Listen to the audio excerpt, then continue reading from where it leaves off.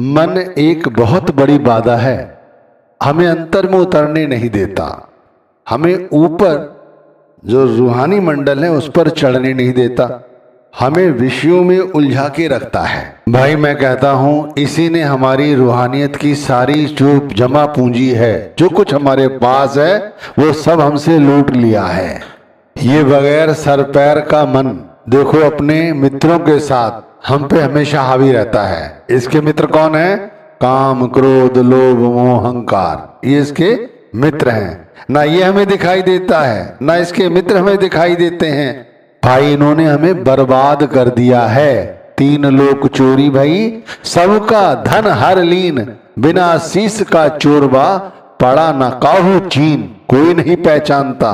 देख लो इस मन को कोई पहचानता है? मैं कहता हूं आपसे विनती पूर्ण कि भाई मन की चाल समझो। इसे समझने के लिए बारीकी से अपने ऊपर ध्यान रखो। सबसे पहले हमारे अंदर कोई न कोई इच्छा जागृत होती है। जब हमारे अंदर इच्छा जागृत होती है तब मन इच्छा का संग ले लेता है। जब मन इच्छा का संग हो जाता है तब मन के अंदर तरंगे उठती हैं। अब मन जो इच्छाएं कर रहा था, अब वो इच्छा में मन जहां जहां जाता है वहां वहां हमारा ये शरीर जाता है। और जब भाई ये दोनों एक हो जाते हैं तो वो जो इच्छा है वो हम कार्यान्वित कर देते हैं, और जब वो कार्यान्वित कर देते हैं तब हमारे लिए वो कर्म बन जाता है, और जब वो कर्म बन जाता है तो फिर हमें इसे भोगना पड़ता है, फिर इसीलिए हमें दुख उठाना पड़ता है। इसे समझने के लिए दोबारा समझो मैं क्या समझा रहा हूं। सबसे पहले हमारे अंदर कोई इच्छा पैदा होती है, उस इच्छा को मन अपना संग देता है। मन और इच्छा जब संग हो जाते हैं तब तन भी इसका साथ देता है। जब तन और मन और इच्छा ये सब एक हो जाते हैं तब ये कार्यान्वित हो जाते हैं किसी कार्य में। उसके बाद वो कर्म हमारे लिए एक फल का भुगतान करने जैसा बन जाता है, जिसका हम आज भुगतान कर रहे हैं। अब इसे उदाहरण से समझो। जैसे हमारी दृष्टि किसी स्त्री पर पड़ी, यदि हम उसे माँ, बेटी, बहन के रूप में देखें तब हमारी इच्छा कुछ और है। यदि हम उन्हें अपने गलत दृष्टि से देखें तब हमारी इच्छा कुछ और हो जाती है। जब वो इच्छा हमारे अंदर मन के साथ जुड़ जाती है, जैसे इच्छा हुई कुछ गलत करने की, वैसे मन ने साथ दिया उस इच्छा का, तो इच्छा और मन अब दोनों एक हो गए। फिर हम उस स्त्री के पास पहुंचे, यानी कि शरीर भी अब इसमें शामिल हो गया। तो अब क्या हुआ? इच्छा, मन और तन इन सब का मेल हुआ और ये हमारे लिए कर्म बन गया, और इस कर्म का फल हमें भुगतना ही होगा। अब इसे परमार्थ के हिसाब से समझाता हूं। जैसे हम सोए पड़े हुए हैं, अब सुबह हमारी आंख खुल जाती है कि भाई ये वेला तो सुमिरन भजन की वेला है, चलो उठकर सुमिरन भजन करते हैं। अब यहाँ पर एक और इच्छा जागृत हुई, अभी जरूरत क्या है? उठने की, सोए रहो। अभी पूरी तरह से सुबह होने में समय बाकी है। अब उस इच्छा को मन ने कैसे समझाया कि सोए रहो, अभी समय है सुबह होने में। और यदि हम यानी हमारा शरीर भी इस बात से सहमति हासिल कर ले तो फिर क्या होगा? हम सोए पड़े रहेंगे। तो ये फिर एक कार्य बन गया। समझ गए आप? यहां पर ये चीज समझने की है कि हम कैसे कैसे मन द्वारा ठगे जा रहे हैं। और एक उदाहरण से समझो। जैसे हम किसी भंडारे में गए, वहां पर गुरु का सत्संग सुना, सत्संग के बाद लंगर करने बैठे। लंगर करते वक्त हमारे हाथ एक सोने की चैन लग गई। हमने वो चैन उठाई, देखी, मन में इच्छा हुई भाई ये तो सोने की है। तन ने तुरंत इधर उधर देखा, उसे कोई देख तो नहीं रहा है, उसने तुरंत वो चैन उठाई, जेब में रख ली। तो फिर क्या हुआ? ये वही हुआ जो मैं समझाना चाहता हूं कि जो मन कहता है हम वो करने लगते हैं। इसीलिए अभी हम भक्ति मार्ग से कोसों दूर हैं। दुनिया में चारों तरफ नजर दौड़ाकर देख लो, जो इतना हाहाकार हो रहा है ये सारा का सारा मन के कारण ही हो रहा है। कबीर साहब ने तो कहा भी है, मन के मारे बन गए बन तज बस्ती माहे, कह कबीर क्या कीजिए यह मन ठहरे नाही। अब यहाँ पर संतों महात्माओं ने बहुत मेहनत की है। वहीं पर कहा गया है एक जगह, धुन सुनकर मन समझाई कोट जतन से ये नहीं माने, धुन सुनकर मन समझाई। यहाँ ये कहा जाता है कि धुन सुनो और धुन सुनने से मन मान जाता है। लेकिन भाई जो मन हमेशा इच्छाओं के पीछे पीछे, इंद्रियों के पीछे पीछे भागा फिरता है, वो कैसे ठहरेगा? और बगैर ठहरे ये धुन सुनाई नहीं देगी। इसे आम भाषा में समझाते हैं, यदि विद्यार्थी पढ़ने ही नहीं बैठेगा और मन के साथ पढ़ाई नहीं करेगा तो उसे याद कैसे रहेगा और वो कैसे इम्तिहान में पास होगा? किसी तरह एक दुकानदार यदि दुकान ही नहीं खोलेगा तो भाई फिर उसकी दुकान पर ग्राहक क्या आएंगे और क्या उसकी ग्राहकी होगी? इसी तरह हम लोग यदि नाम की भजन बंदगी ही नहीं करेंगे तो ये फायदा क्या है सत्संग सुनने का? जब मन ही नहीं संभला, इच्छाओं के पीछे पीछे ही भागता रहा तो फिर क्या होगा? फिर कुछ नहीं होगा। इसीलिए कहते हैं मन को ना करने की आदत डालो।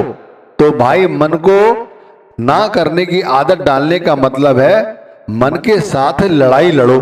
सबसे पहले इस पे बारीकी से निगाह रखो। मैं समझाना चाह रहा हूं, पहले हमें अपनी इच्छाओं पर बारीकी से निगाह रखने की जरूरत है। बेकार में इच्छाएं मन उत्पन्न करता है। इच्छाएं देखो कैसी, जिससे कोई लेना देना नहीं है, उन इच्छाओं को मन जागृत करता है। तो मन को मारो और उन इच्छाओं से अपने आप को निजात दिलाओ। हमारा जो तन है ना, जैसे ही मन का साथ लेता है तभी वो हमारे लिए कार्य बन जाता है। तो इसीलिए मैं कहता हूं इस तन को भी जारो या इसे मारो और देखो कैसे कैसे लज्जत लेता है ये तन और ये मन दोनों। तो इन लज्जतों से इसे अच्छी लज्जत दो। अब देखो विषय वासना किसे नहीं अच्छे लगते? बड़े अच्छे लगते हैं। क्षणिक सुख है लेकिन अच्छे लगते हैं, पर भाई इसका हिसाब देना पड़ता है तब कितने बुरे लगते हैं। जाके देख लो, जेलें भरी पड़ी हैं। क्षणिक सुख के कारण ही जेलें भरी पड़ी हैं। कैसे कैसे अपराध लोग किए बैठे हैं आप देख सकते हो। जिस दिन इच्छाओं को बारीकी से देखने लग गए उस दिन से ही मन अपने आप इन इच्छाओं से निवृत्ति प्राप्त करने लगेगा धीरे धीरे। जैसे कोई इच्छा हुई, जैसे एक किताब में पढ़ा था, एक संत को जलेबी खाने की इच्छा हुई, जबकि उन्हें जलेबी की कोई अभिलाषा नहीं थी, लेकिन इच्छा हुई। मन बार बार उन्हीं जलेबियों को याद करता रहा। संत ने मन को बहुत समझाया लेकिन वो नहीं माना। संत ने मेहनत मशक्कत की, कहीं से पैसे इकट्ठे किए और जलेबी लेके आए और खाई, खूब खाई, इतनी खाई कि वो उनसे नहीं खाई गई, उनसे उल्टी होने लगी। उन्होंने कहते हैं अपना चप्पल निकाला और अपने आप को खूब पीटा और कहा खा, खूब खा। और रोए भी वो बेचारे, क्योंकि उस मन के चक्कर में आकर देखो उन्होंने मेहनत की स्वार्थ के लिए।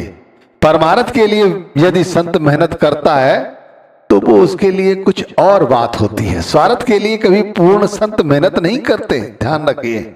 अपने गुरु को ही ले लो, यदि उनकी कोई विशाल संगत है तो क्या सोचते हो धन दौलत के लिए इतने सब कुछ कर रहे हैं? नहीं भाई, वो चाहते हैं कि जैसे उनके साथ हुआ वो तुम्हारे साथ ना हो। वो चाहते यही हैं कि जैसे मन ने उन्हें नाच नचाया और उन्होंने मन के साथ कैसे कैसे लड़ाई लड़ी और वो जीत गए। और जीतने के परांत उन्होंने देखा यदि यही तरीका, यही साधन मैं लोगों को समझाऊं, अपने साधकों को बताऊं तो कितना भला हो सकता है। जो जेलें हैं ना, जो भरी पड़ी हैं, ये खाली हो जाएं यदि सही तरह से हम गुरु का कहा समझें, उसे सर माथे रखें तो मन मारो तन को जारो, इंद्रिय रस भोग विसारो। पहली लड़ाई जीतनी है तो सबसे पहले इंद्रियों को विषयों के पीछे पीछे जो दौड़ता है उसे दौड़ने से रोको। फिर कभी भी मन का साथ मत दो। यदि इंद्रिय मन तक आती है और मन उसका साथ देता है, जैसे स्त्री अच्छी लगी, उसने देखी, फिर मन तक आई, मन तुरंत समझाए नहीं भाई ये तो मेरी बहन जैसी लगती है, ये तो मेरी माँ जैसी है, ये मेरी बेटी जैसी है, और आपने अपनी राह बदल ली, तन को साथ नहीं दिया, तन आपने मन और इंद्रियों से अलग रखा। यदि स्त्री गुजर भी जा रही है तो आपने उसकी ओर दोबारा नजर उठाकर नहीं देखी। समझे आप? जैसे माना हम लंगर में लंगर छक रहे थे और वो हाथ हमारे चैन लगी, मन में विचार आया, चारों ओर देखा और जेब में रख ली। ठीक है, आपने अच्छा किया, जेब में रख ली। लंगर छकने के बाद किसी जत्थेदार से मिलकर सेवा समिति पर पहुंचे और आपने वो चैन जमा करा दी। वहां से अनाउंसमेंट की गई, जिसकी चैन है वो आके ले जाए।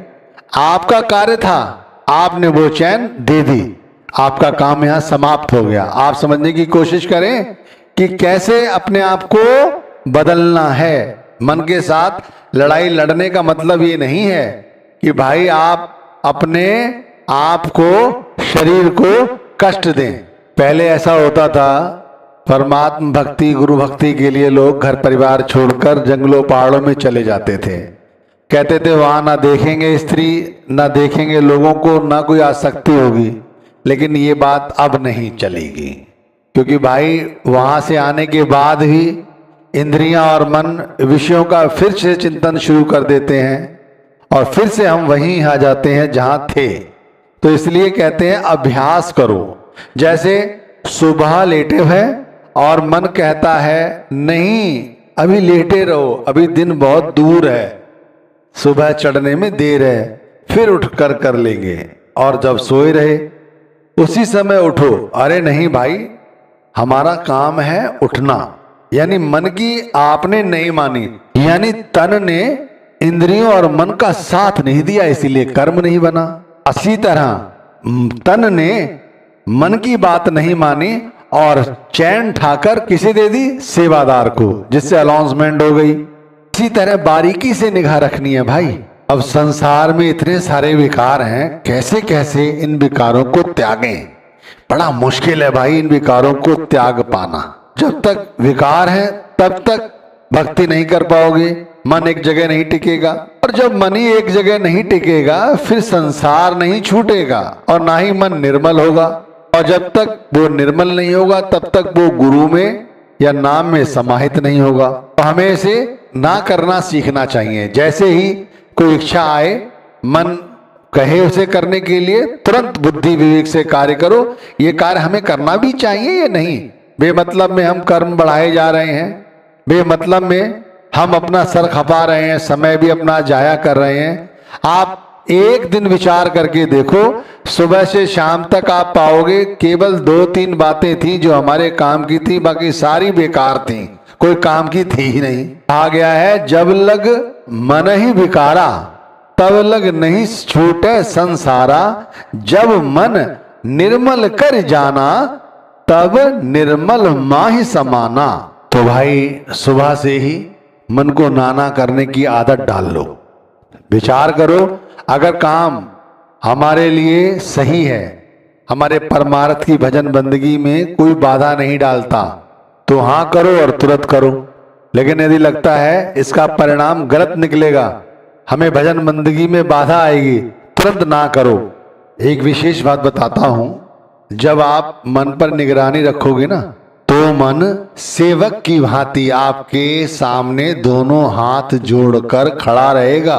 आपसे पूछेगा मैं कैसे अपनी सूरत को ऊपर चढ़ाऊं, भाई कैसे स्वाद जो संसार की वासनाओं का है इससे निवृत्ति पाऊं, कैसे इन सांसारिक इंद्रियों की विषय वासनाओं से मुक्ति पाऊं। तो सहज है उसे समझाना कि मूर्ख इधर उधर की छोड़, मुद्दे की बात समझ, तो गुरु नाम भज जो गुरु